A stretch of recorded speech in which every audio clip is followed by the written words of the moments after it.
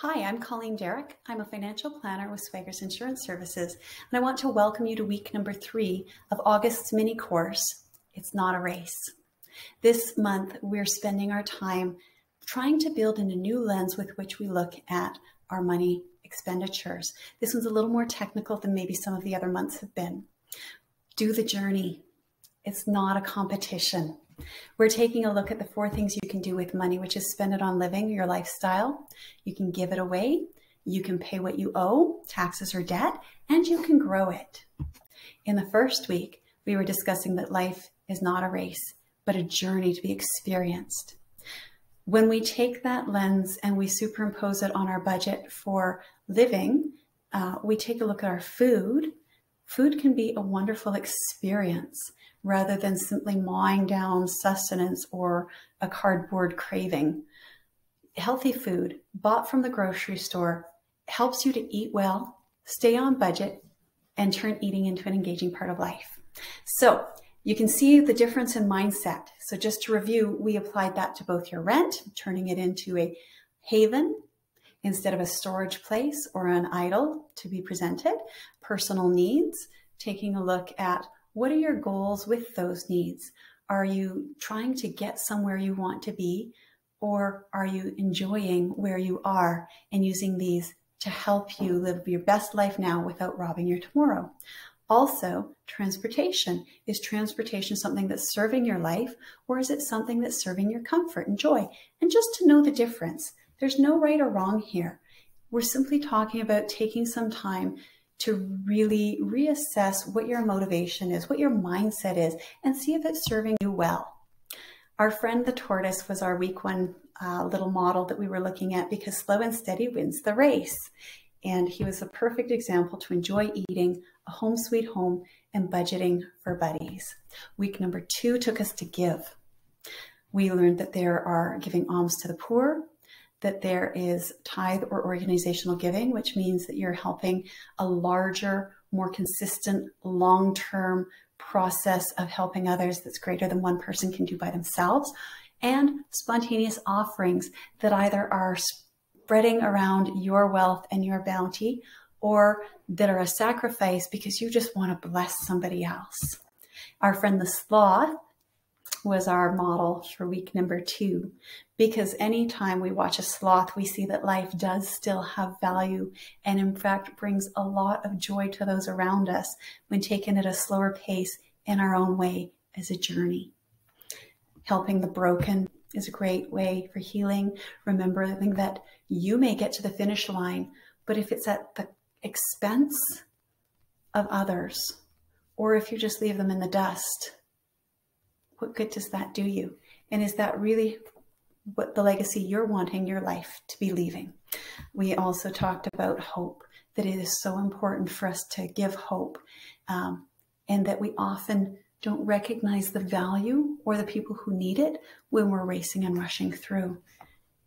This week, we want to tackle the topic of owing. So with owing, there are 2 ways that debt can escalate the pace of life and get you caught up in a hamster wheel you never wanted to be on. One is by not having time on your side because of compounding interest, increasing the overall amount you owe.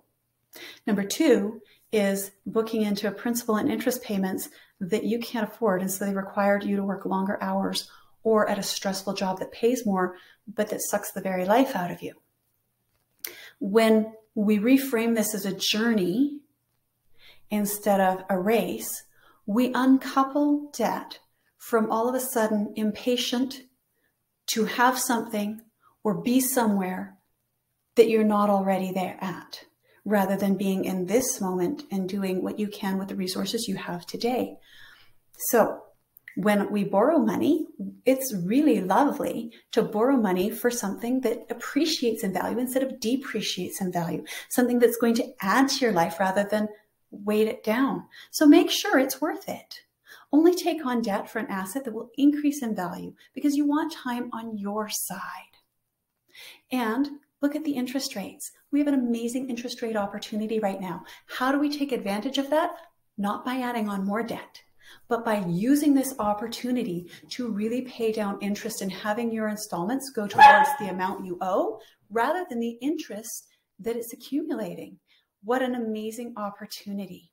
And if you can't borrow at a good interest rate, maybe you should think twice, because lending institutions are usually trained to see a good deal because they would love to lend you money and make interest off your money. If they're saying no, it's probably for a reason.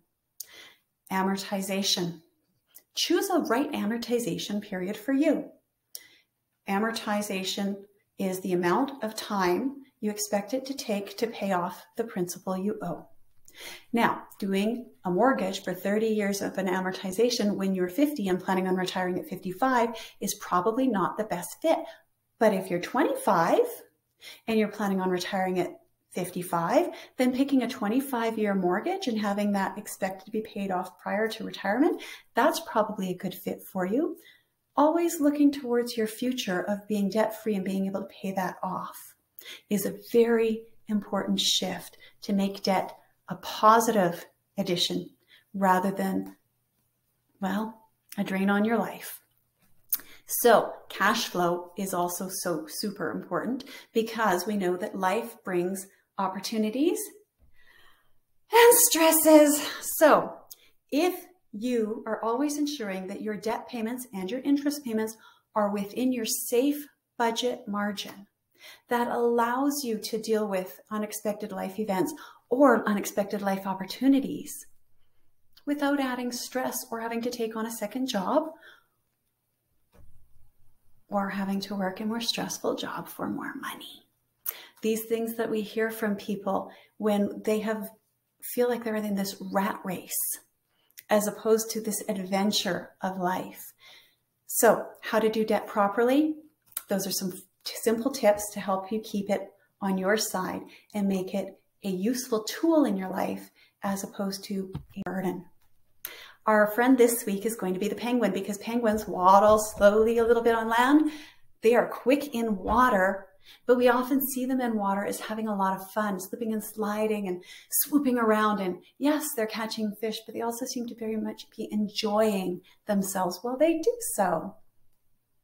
So we can learn from our friends and be inspired from this week. Own your own hill. It's better to have a hill you own than a mountain you owe. Be your own friend. Save up. Purchase things outright. That way you're free to use them for your life on your terms, your way. When you owe somebody for that, you don't own it. And you don't own that little piece of your life now that you're tied into working to earn money to pay for. You're no longer free. Saving rather than financing is an easy way to flip that. Number one, it saves you the interest payments. And again, number two, it keeps your freedom. Time for friends. It's better to be getting calls from family and friends than having your line and time tied up by creditors. Yes, I date myself a little bit by putting the phone call and the line in there.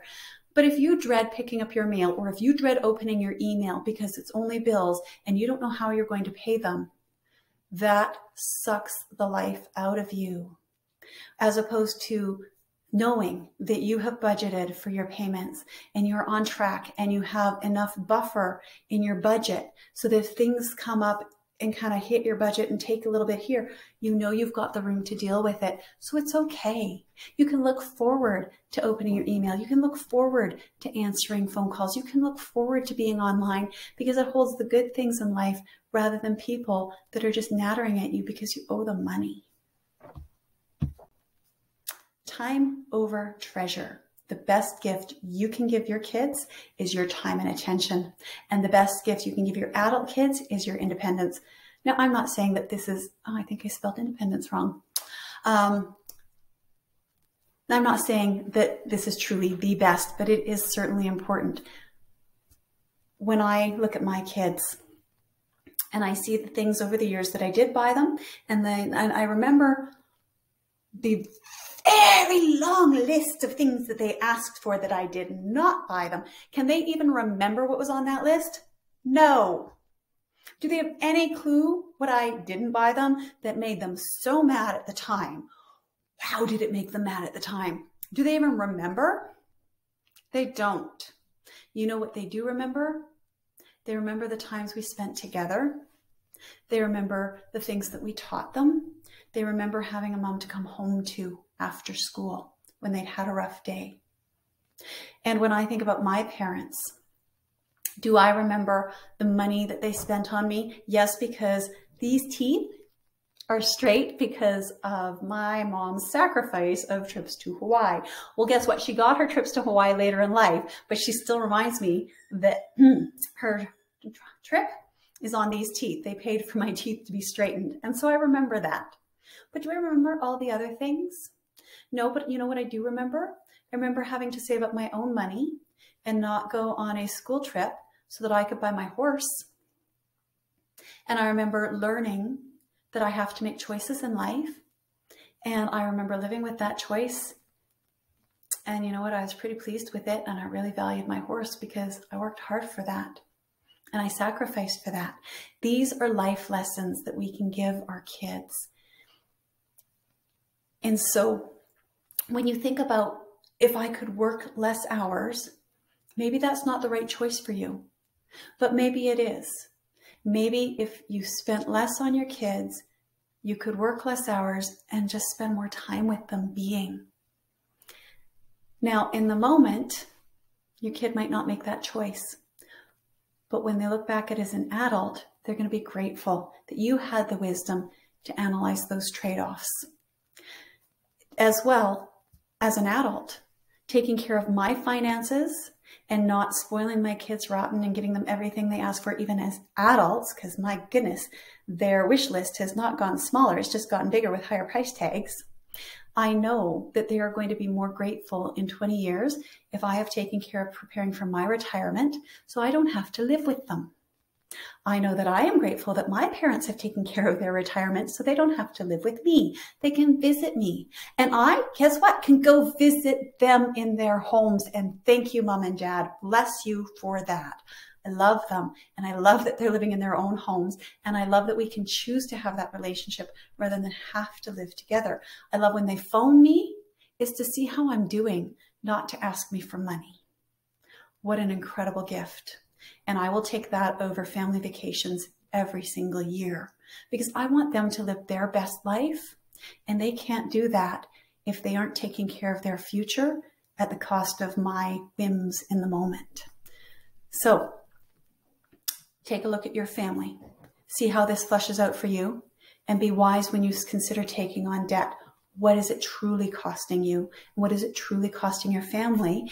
And have that money invested into good times and independence for your long term and a thriving family that is free to live life on their terms.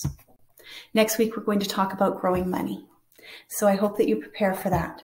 So going through this week, please do take a look at these points. If you have any questions, reach out. Contact me. You can do that by phone, by email. You can contact me on Facebook, on Instagram, or on LinkedIn. You can actually still fax me as well if you'd like. Not a problem. But if you have a mountain of debt, please get professional help now rather than later. You are in a unique opportunity with low interest rates to get a tackle on that and actually preserve your future. To do that on your own is tough. You often don't know the tools and the opportunities that are there for you. And also we just probably need somebody to cheer us along and encourage us, because with this debt can often come shame. And I would encourage you to step out of that with some help and into the freedom of structuring your debt so that you can pay it off within your budget in a reasonable amount of time and move into a future that you own as opposed to your creditors. Happy August. And I hope you find some fun times to have with your family.